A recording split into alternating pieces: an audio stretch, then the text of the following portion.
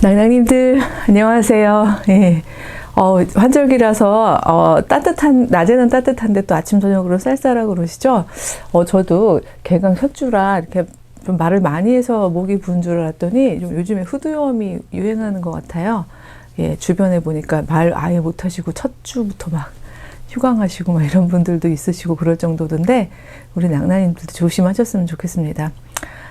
나중에 이제 4월 달에 제가 좀 서프라이즈로 이제 이야기를 할 거가 있을 것 같긴 한데 요즘에도 참 여러 가지로 고민이 좀 많이 있습니다. 놀라지 마세요. 유튜브를 안 한다 이런 거는 아니고요. 지난번에 제가 말씀드렸듯이 이제 예수님을 시험하는 예루살렘의 어떤 성전은 굉장히 커다란 상징을 유대교 전통에 있어서는 상징을 가지는 곳인데 거기 그 중앙에서 그 성전 중심의 유대교적인 율법주의를 아주 근간을 흔드는 그런 예수님의 그 언행에 대한 부분들을 이제 쭉 저희가 몇 주에 걸쳐서 살펴보고 있습니다만, 그래서 예수를 해치고 싶어도 혹은 예수를 잡아가고 싶어도 혹은 뭐 저지하고 싶어도 그 주위에 무리가 너무 많고 또 그 무리들이 예수님에 대해서 반감을 갖고 있는 무리가 아니라 그의 말에 대해서 설득당하고 있는 그런 상황이다 보니까 소위 이제 제가 이렇게 잡았더니 귀엽다고 하셨던 토끼를 못하네요. 종교 건축자들, 그들의 입장에서는 어떻게 이 밝은 대낮에 어떻게 할 수 있는 상황이 이제 되게 아닌 상황으로 몰려가는 거죠. 그래서 우리가 다 알다시피 나중에 이제 밤에 일을 저지르잖아요.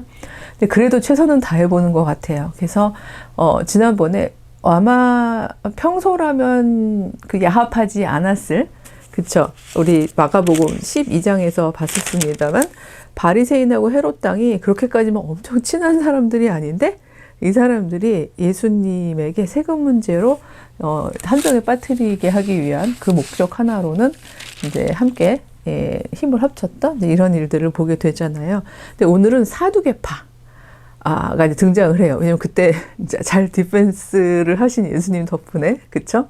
사실은 디펜스, 즉 방어보다 더 중요한, 가장 중요한 논점을 얘기해 주셨던, 그래서 그랬던 예수님 덕분에 이제 이 사람들은 실패했고 이제 사두개파가 등장하는 거죠. 이 사두개파는 굉장히 이제 독특한 또 교리를 가지고 있는 파인데 이미 마가복음에 그 답이 있기 때문에 좀 읽어보면서 얘기를 해보겠습니다. 18절, 즉 마가복음 12장 18절인데요. 부활이 없다 하는 사두개인들이 예수께 와서 물어 이르되, 이렇게 되어 있어요. 이미 답이 있는 거죠. 사두개는 사두시스 하면 그 사독 맞나요? 예, 사두시스, 맞는 것 같은데, 예루살렘의 이제 초기, 다윗이 예루살렘이 거룩한 성이 된 건 다윗이 천도하면서 예루살렘이 이제 유대인들의 어떤 신앙적인 센터이기도 하고 정치적인 센터이기도 하고 그렇잖아요. 그러면서 그가 세웠던 제사장이죠. 예. 굉장히 현실적인 현실적이고 정치적인 종교적 파워의 어떤, 상징일 수 있는 것 같아요. 그쵸? 왜냐면 왕이 세운 제사장, 이런 의미가 있는 거잖아요.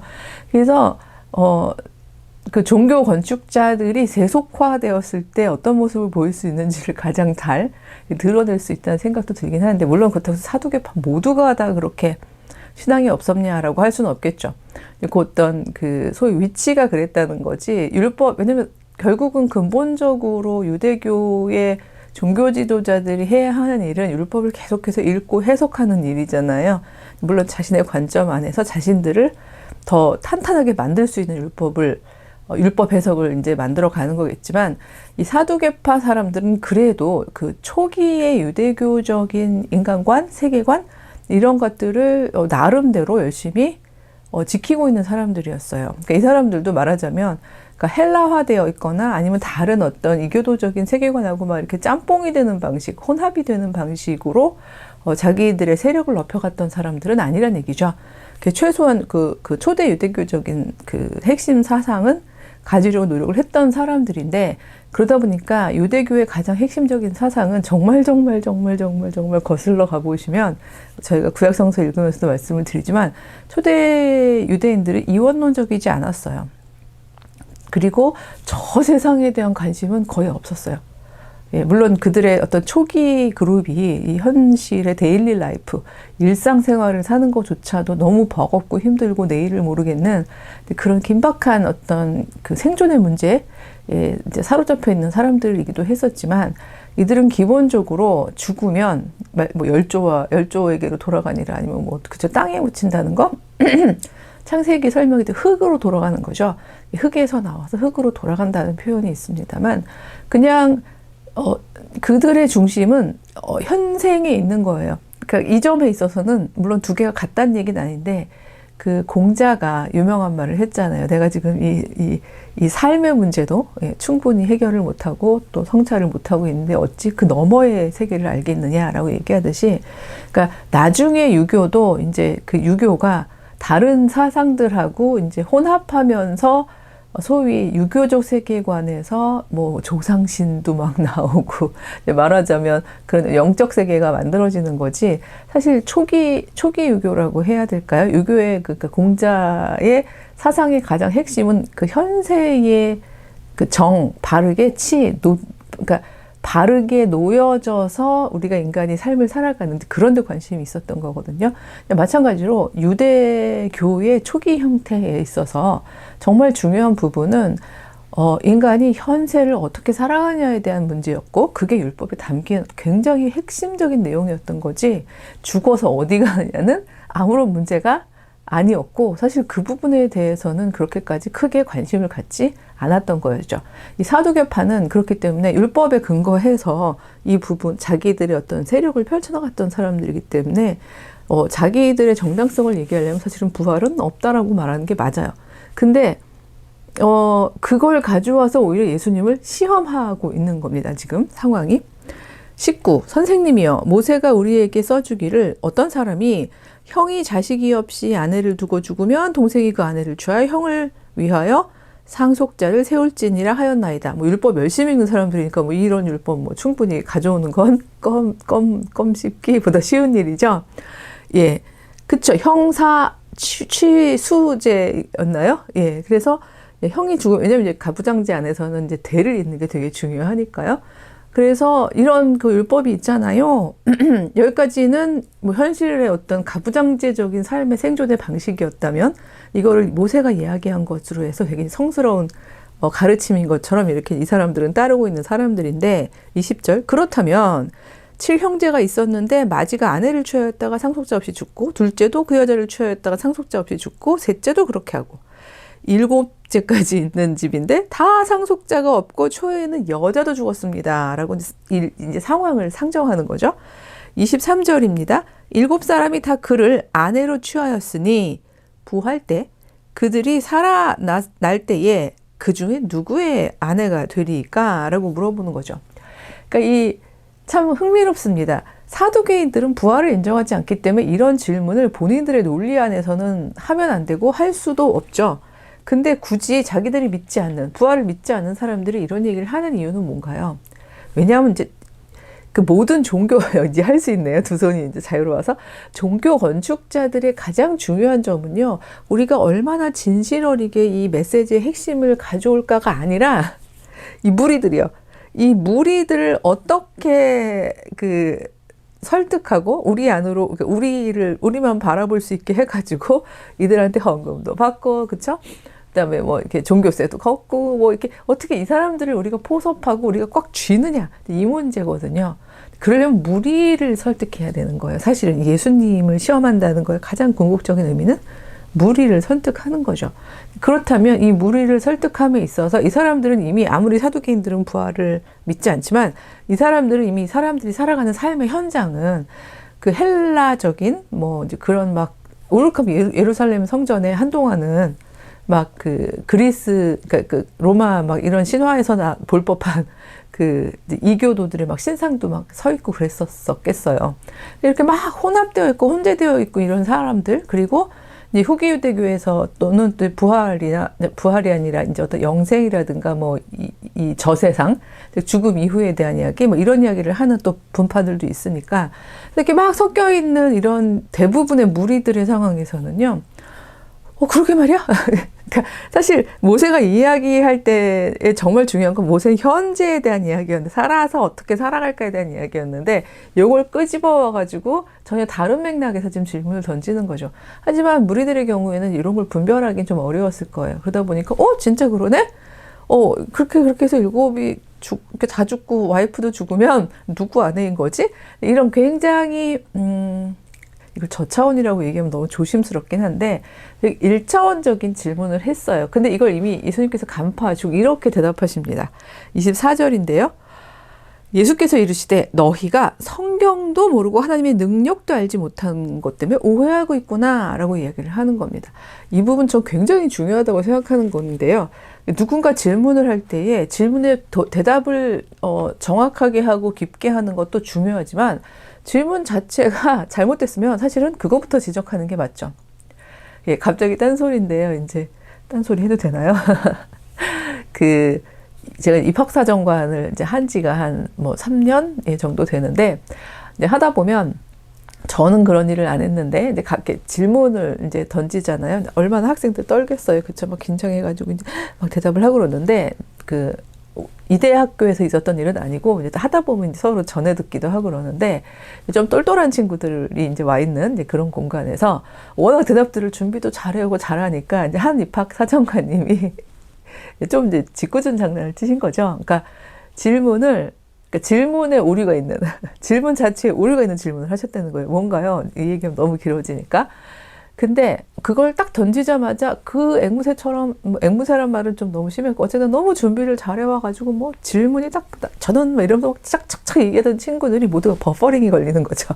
그래서 막 버벅 그러면서 막 힘들어하고 막 이랬는데, 아니면 질문 자체가 너무 잘못됐는데도 어떻게든 말을 좀 해보려고, 그러니까 정말 여러 명의, 그러니까 되게 뛰어나게 대답하다 말고 막 다들 그 질문에서 무너지는 친구들을 많이 봤는데, 딱 한 친구가 그렇게 얘기하더래요.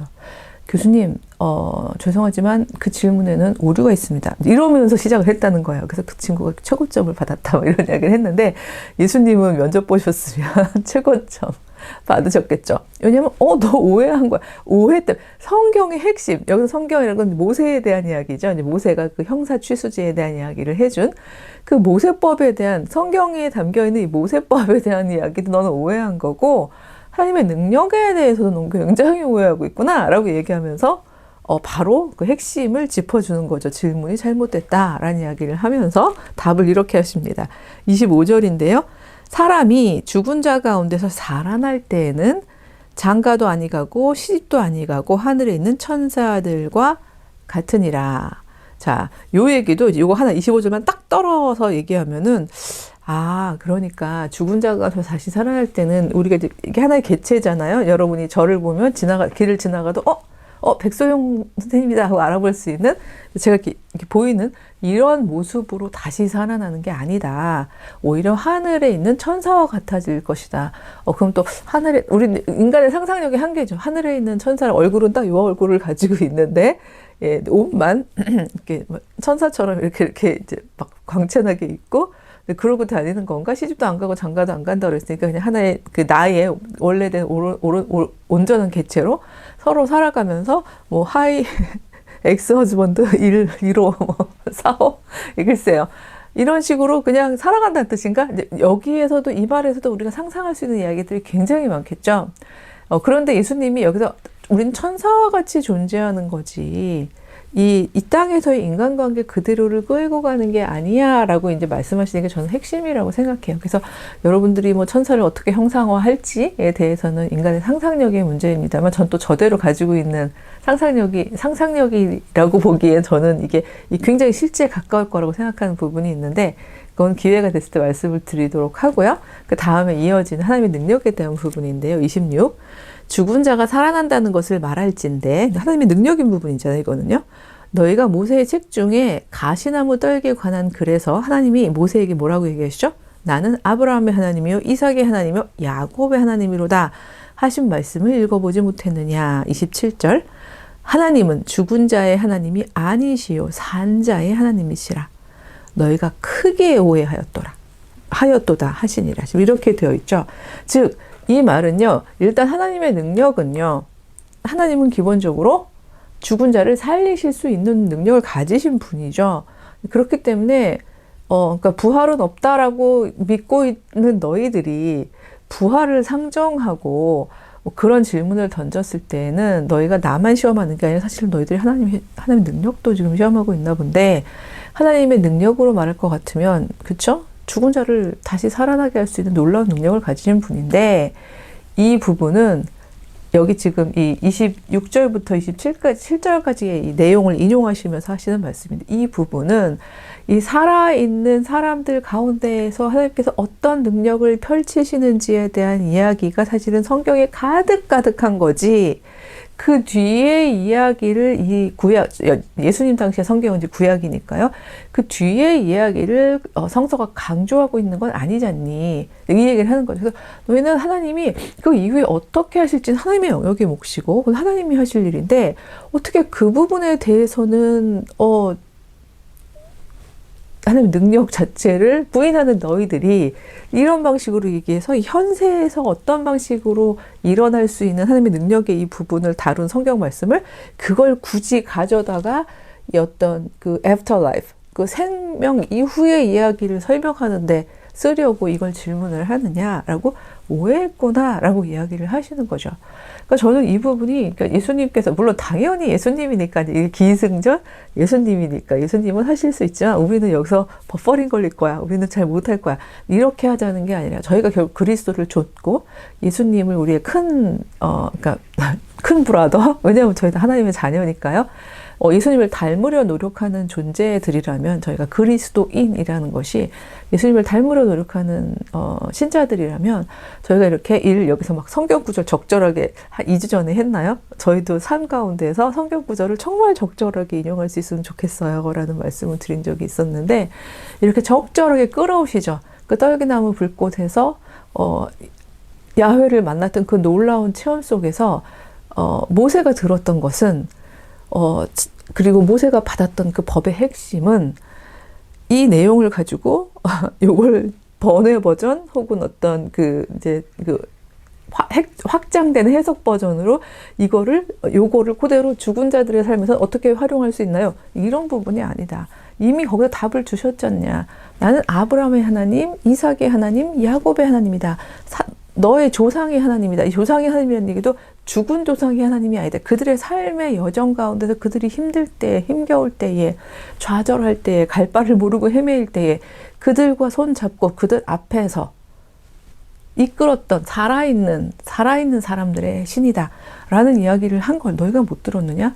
그 괜히 부활이고 부활은 하나님이 필요하실 때 다 하실 텐데 그거는 그 능력의 부분은 믿고 하나님의 영역으로 두고 너희들은 이 산자의 하나님, 너희들이 지금 살아 역사할 때에, 그러니까 우리가 살아 있을 때에 역사하실 그 하나님의 역사에 부합하는 삶을 살도록 거기에 포커싱하는 삶을 살아라라고 이야기를 하시는 거죠. 죽음 이후 그 부분에 대해서는 괄호치란 얘기예요. 그건 그냥 믿으면 되는 거예요. 왜냐면 어차피 갔다 온 사람들도 있다고 합니다만 참 신기하지 않나요? 갔다 온 사람들 보면 대부분 그 버전이요. 서양 사람들은 갔다 온 그 천국을 막 그리는데 되게 서양 버전으로 그리고 동양 사람들은 막 동양 버전으로 그리고 자기가 경험한 인도 사람은 인도 버전으로 그리고 막 그러거든요. 그러니까 본인이 무의식 플러스 자기가 살아오면서 문화적으로 경험한 것들 의식이 부분이죠. 이런 것들이 되게 많이 잠재되어 있는 방식으로 천국을 막 그린다는 거예요. 그래서 없다는 얘기가 아니라 그 이야기들을 저희는 들으면서 그런 경험을 했구나 정도인 거지 그냥 믿으면 되는 거예요. 왜냐하면 우리는 하나님께서 우리에게 그 하나님의 루아흐 그쵸?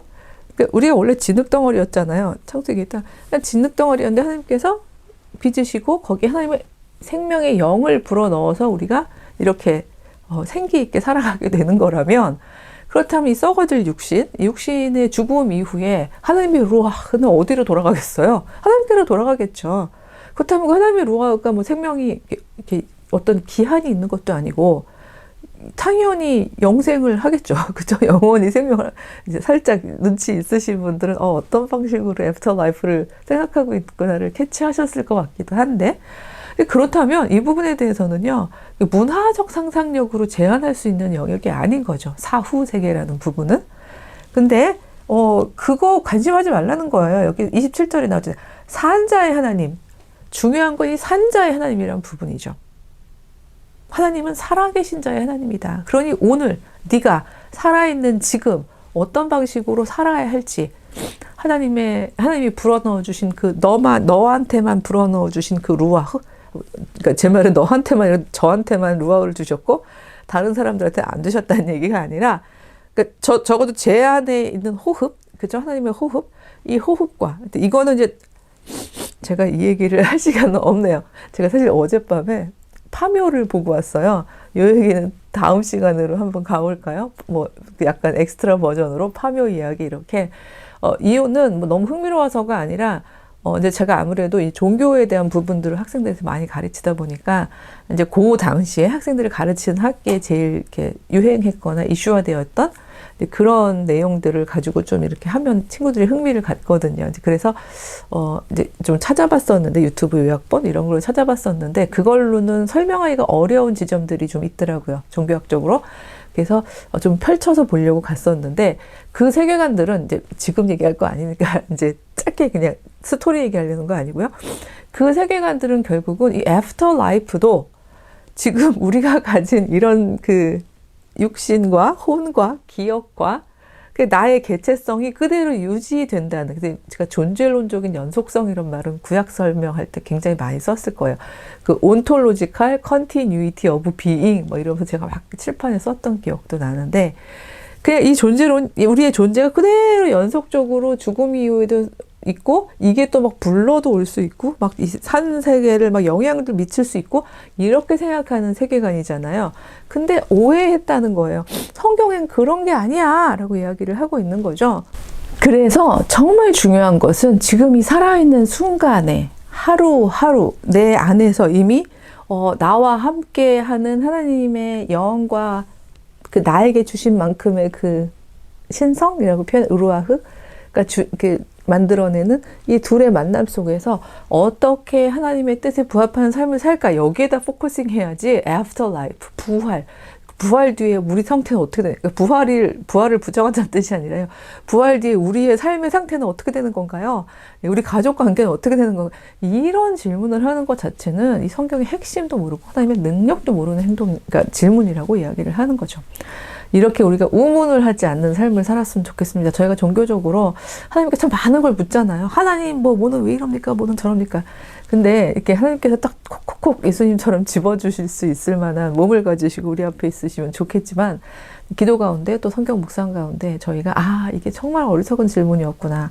어쩌면 하나님의 능력도 우리가 확신하지 못하고, 그다음에 성경의 핵심도 비껴가는 그런 이야기였구나라는 걸 저희가 깨달을 수 있도록 성령께서 힘을 주시기를 그렇게 간구해 봅니다. 일주일 잘 지내시고요. 어쩌면 제가 파묘 영상은 글쎄 제가 과연 만들 수 있을지 모르겠지만 한번 번외로 여러분한테 만들어 보겠습니다. 안녕.